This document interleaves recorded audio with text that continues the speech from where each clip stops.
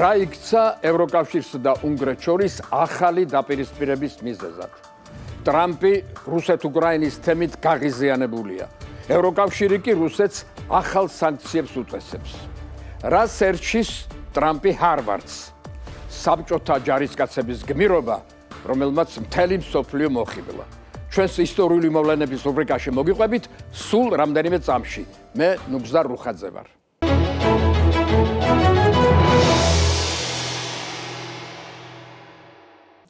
გამარჯობა. ბუდაპეშტსა და ბრიუსელს შორის ურთიერთობა კვლავ დაიძაბა. უნგრეთის პრემიერ-მინისტრით უკმაყოფილო ევროკავშირი უნგრეთზე ზეწოლას აძლიერებს.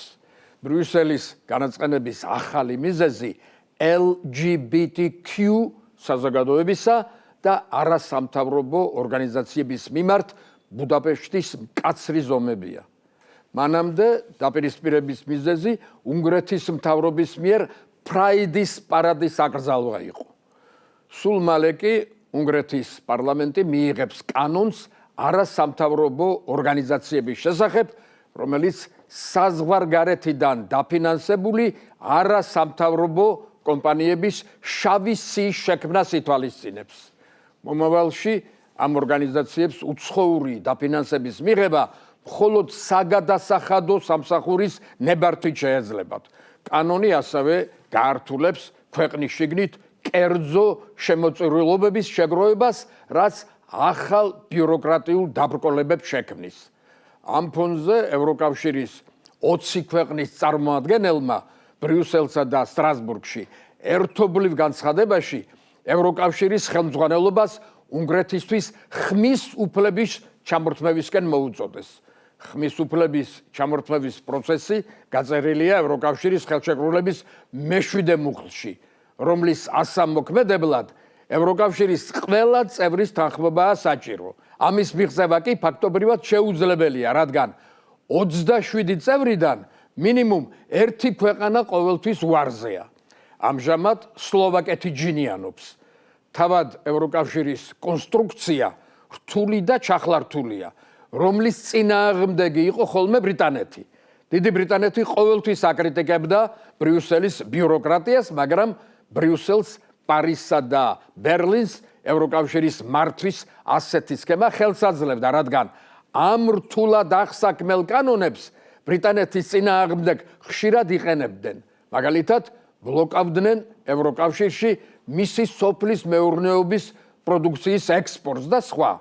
ახლა დრო შეიცვალა და მართვის ეს კონსტრუქცია ბრიუსელის წინააღმდეგ მუშაობს, მაგრამ მისი გადაკეთება პრაქტიკულად შეუძლებელია. ამიტომ ბრიუსელმა არ იცის, როგორ მოექცეს ევროკავშირის ურჩწევრებს. რა თქმა უნდა, ზეწოლა ბუდაპეშტზე გაიზრდება. ბერლინიდან და პარიზიდან უკვე ისმის მკაცრი განცხადებები, მაგრამ არავინ უწყის კანონის დარღვევის გარეშე როგორ დასაჯონ ბუდაპეშტი. ევროპის ბევრი ქვეყანა ბრიუსელს პრო-LGBT პოლიტიკაზე უარის თქმისკენ და ევროპის ეგზისტენციალურ პრობლემებზე მეტი ყურადღებისკენ მოუწოდებს. ძირითადი პრობლემები კი რუსეთი და მიგრანტებია, მაგრამ ბრიუსელი თავიდან ვერ იშორებს LGBTQ პოლიტიკას. ამ დროს ყველა ექსპერტი მიუთითებს, რომ ამ ეგზისტენციალური პრობლემების იგნორირებამ შეიძლება ევროკავშირი გახლიჩოს და დაასამაროს. ეს კი ევროპისთვის და ზოგადად დასავლეთისთვის კატასტროფა იქნება.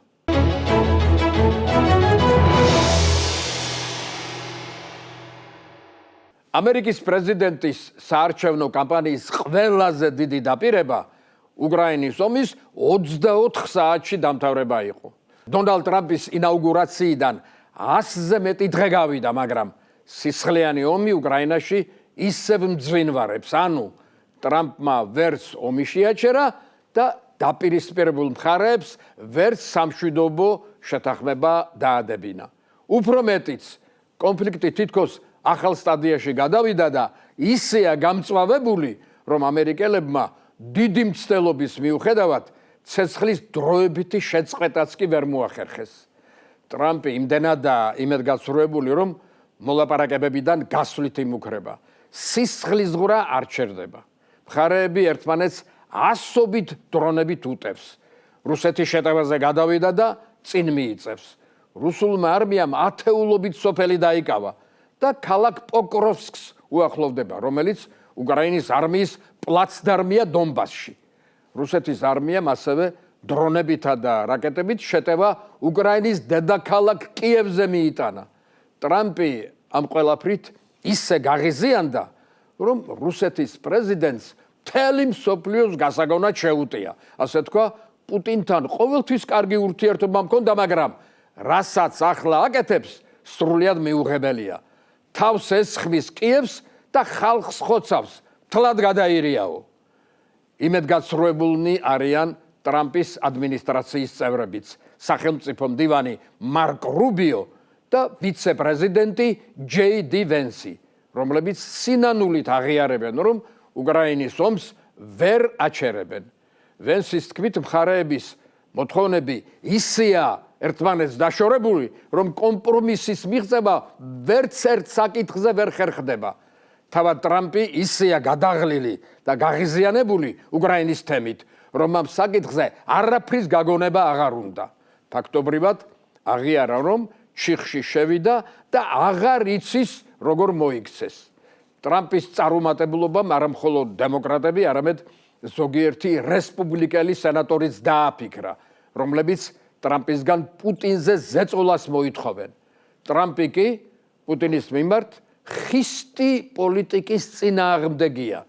მდგომარეობას ის ფაქტიც ართულებს, რომ ტრამპს არ მოსწონს უკრაინის პრეზიდენტი. ის ხშირად აკრიტიკებს ზელენსკის და მისგან კომპრომისზე წასვლას ითხოვს.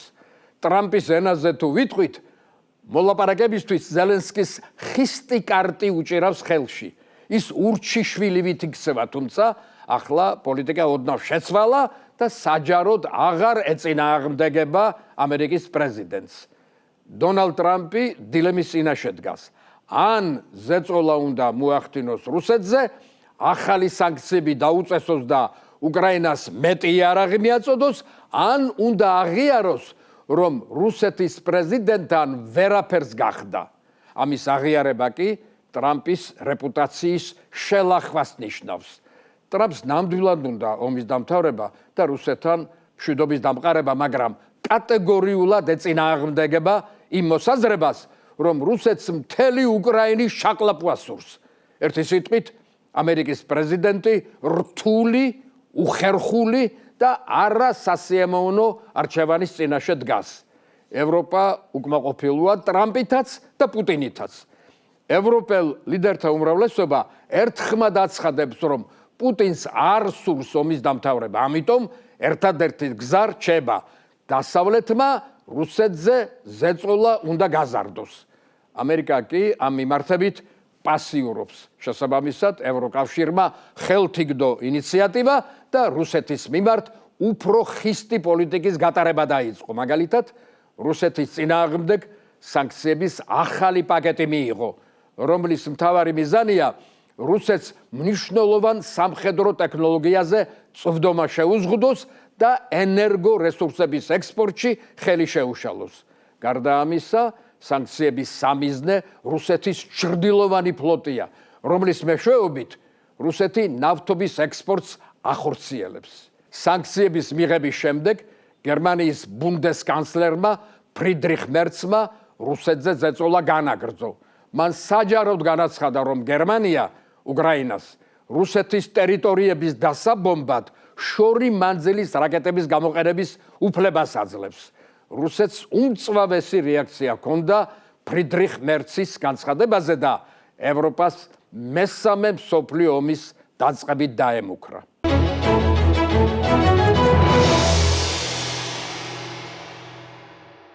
ჰარვარდის უნივერსიტეტსა და ამერიკის პრეზიდენტს შორის ურთიერთობა მწვავდება. დონალდ ტრამპმა მკაცრად გააკრიტიკა ამერიკის ელიტური უნივერსიტეტები, დაადანაშაულა რა ისინი ანტისემიტურ განწყობათა წაქეზებაში. პრეზიდენტის ყველაზე დიდი კრიტიკა კოლუმბიისა და ჰარვარდის უნივერსიტეტებმა დაიმსახურეს. ტრამპმა უნივერსიტეტების ხელმძღვანელობას სტუდენტთა მაკონტროლებელი ორგანოს შექმნა შესთავაზა, რომლის წევრები ამერიკის ეროვნული უსაფრთხოების დეპარტამენტის წარმომადგენლები უნდა ყოფილიყვნენ. ფაქტობრივად, ტრამპმა მათ შესთავაზა, რომ საუნივერსიტეტო ცხოვრება პოლიციის კონტროლის ქვეშ ყოფილიყო. უნივერსიტეტების პროფესორ-მასწავლებლებმა პრეზიდენტის წინადადება კრიტიკის ქარცეცხლში გაატარეს და ის უარით გაისტუმრეს, რასაც ურთიერთობათა კიდევ უფრო მეტად გამწვავება მოჰყვა. ტრამპმა ჰარვარდს $2.5 მილიარდ ფედერალური გრანტი შეუჩერა. უნივერსიტეტმა ტრამპს უზენაეს სასამართლოში უჩივლა. საპასუხოდ ტრამპმა ჰარვარდს დამატებით $400 მილიონიანი გრანტი შეუჩერა და დაემუქრა, რომ ჰარვარდს გადასახადს გაუზრდის. უნივერსიტეტები, როგორც საგანმანათლებლო დაწესებულებები, ამერიკაში ნაკლები პროცენტით იბეგრება. ჰარვარდის საგანმანათლებლო ფონდი $46 მილიარდ შეადგენს და თუ გადასახადი გაიზრდება, ჰარვარდს კოლოსალური თანხის გადახდა მოუწევს. ამერიკის ეროვნული უსაფრთხოების მინისტრმა კრისტი ნოემმა კი ჰარვარდს უცხოელი სტუდენტების მიღება აუკრძალა და განაცხადა, რომ ანტი-ამერიკული გამოსვლების გამო ზოგიერთ უცხოელ სტუდენტს ქვეყნის დატოვება მოუწევს. ამის გამო ჰარვარდმა ისევ იჩივლა უზენაეს სასამართლოში. სასამართლომ მინისტრის განკარგულება დროებით შეაჩერა, მაგრამ თუ სასამართლო მხარს დაუჭერს მინისტრს, ჰარვარდის რეპუტაცია შეილახება და უნივერსიტეტს დიდი ფინანსური ტვირთი დააწვება. ჰარვარდის სხვა ამერიკულ ელიტურ უნივერსიტეტებთან ერთად დიდი ავტორიტეტით სარგებლობს მთელ მსოფლიოში. ის წმინდა ამერიკული ბრენდია, რომელსაც სრულიად სამყარო იცნობს. მსოფლიოს ყველა კუთხეში ოცნებობენ ჰარვარდში სწავლაზე. ჰარვარდის სტუდენტთა თითქმის ნახევარი უცხო ქვეყნის მოქალაქეა. უნივერსიტეტი ცნობილია თავისი სამეცნიერო კვლევითი ინსტიტუტებითა და ლაბორატორიებით. თავისი დიდი ბიუჯეტის წყალობით მსოფლიოს ცნობილი მეცნიერები ჰყავს დასაქმებული. მისი დაარსებიდან, ანუ 1636 წლიდან დღემდე, ეს უნივერსიტეტი ნობელის პრემიის 162 ლაურეატმა დაამთავრა. ახლა კი ტრამპის მიერ გამოცხადებულმა ომმა შეიძლება სამუდამოდ დააზიანოს ჰარვარდის იმიჯი. ხალხს კითხვა ებადება, რატომ გადაეკიდა ტრამპი ჰარვარდს ასე მწარედ? ზოგის აზრით, ყველაფრის მიზეზი უნივერსიტეტში ლიბერალური იდეების გაბატონებაა. ზოგს მიაჩნია, რომ ანტისემიტიზმია დამნაშავე, მაგრამ სიმართლე ალბათ სულ სხვა რამეშია. ტრამპი ამორჩეველს სახელმწიფო ვალის შემცირებას დაპირდა. ტრამპისტები ვალის ზრდას დიდ სახელმწიფო ხარჯებს მიაწერენ. სწორედ ამიტომ ბრძანა ტრამპმა მასკის დახმარებით სახელმწიფო სტრუქტურების ხარჯების შემცირება, რაც უნივერსიტეტებსაც შეეხო. ტრამპის აზრით, უნივერსიტეტი 56 მილიარდიანი საგანმანათლებლო ფონდით სახელმწიფო დაფინანსების გარეშე უნდა მოქმედებდეს. ტრამპს ასევე უმაღლესი განათლების სისტემის რეფორმა სურს. მისი აზრით, დასავლეთის უნივერსიტეტები დიდ დროს უთმობს ჰუმანიტარულ, ანუ ეკონომიკურად ნაკლებად მომგებიან მეცნიერებებს. მისი აზრით, უმჯობესია მეტი ყურადღება დაეთმოს მაგალითად ხელოვნურ ინტელექტს, კოსმოსის კვლევას და სხვა. ტრამპს სურს, რომ უნივერსიტეტები, როგორც დიდი კომპანიები, ისე მოქმედებდეს და რასაც ფინანსური მოგება არ მოაქვს, შემცირდეს. ტრამპის ეს შეხედულება ამერიკის მეცნიერთა წრეში ვანდალიზმად ითვლება. რაც შეეხება უცხოელ სტუდენტებს, როგორც ეროვნული უშიშროების სამინისტრომ განაცხადა, მათი 70% ანტიამერიკული ქვეყნებიდანაა, მაგალითად ჩინეთიდან, რუსეთიდან და ახლო აღმოსავლეთიდან. მინისტრმა ნოემმა იკითხა, რატომ უნდა დააფინანსოს ბეგარის გადამხდელმა რიგითმა ამერიკელმა ანტიამერიკული განწყობის მქონე სტუდენტთა სწავლა. მოკლედ, დონალდ ტრამპი ამერიკული განათლების სისტემისგან ზუსტად ისე როგორც USAID-ისგან წმინდად ეროვნულ ინტერესებზე კონცენტრირებას ითხოვს. ამბავი, რომელიც ახლა უნდა მოგიყვეთ, მძაფრ სიუჟეტიანი წიგნის ან ფილმის სცენარს კი გავს, მაგრამ მე-20 საუკუნის 60-იან წლებში მართლა მოხდა. ცივი ომის დროს საბჭოთა კავშირისთვის კურილის კუნძულებს იაპონიასთან სიახლოვის გამო დიდი სტრატეგიული მნიშვნელობა ჰქონდა. კუნძულებზე საბჭოთა კავშირის სამხედრო ბაზები იყო განლაგებული, რომელთა მომარაგება ბორნებით ხდებოდა. კურილების ერთ-ერთ კუნძულზე, იტრუბზე გადაზიდვებს ბორანი T-36 აწარმოებდა, რომელიც ღრმა წყლებში მანევრირებასა და დიდმანძილზე ტვირთის გადაზიდვაზე არ იყო გათვლილი. ამიტომ ბორნის ეკიპაჟი პროფესიონალი მეზღვაურები კი არა, რიგითი ჯარისკაცები იყვნენ. 1960 წლის ზამთარი იდგა. ბორნის ეკიპაჟი 4 კაცისგან შედგებოდა. ესენი იყვნენ 21 წლის უმცროსი სერჟანტი სათათრეთიდან ასხატ ზიგანშინი, 2 უკრაინელი რიგითი ფილიპ პოპლავსკი და ანატოლი კრუჩკოვსკი და რუსი ჯარისკაცი ივან ფედოტოვი. 17 იანვარს კუნძულ იტრუბს თავს საშინელი ტაიფუნი დაატყდა, რომლის მოახლოების შესახებ ბორან T-36-ის ეკიპაჟი არავინ არ გააფრთხილა. დილის 9 საათზე მძლავრმა შტორმმა ბორანი ბაგირებიდან მოგლიჯა და ეკიპაჟთან ერთად ზღვაში გაიტაცა. ტალღების სიმაღლე 15 მეტრს აღწევდა. შტორმი ამ პატარა ბორანს როგორც პატარა სათამაშოს ისე ისრო და იქით-აქეთ. უამინდობამ გემის რაცია დააზიანა. ეკიპაჟი თითქმის 10 საათის განმავლობაში ებრძოდა სტიქიას, რომ ბორანი გადაერჩინა. ამასობაში შტორმმა ბორანი ღია ოკეანეში გაიტაცა.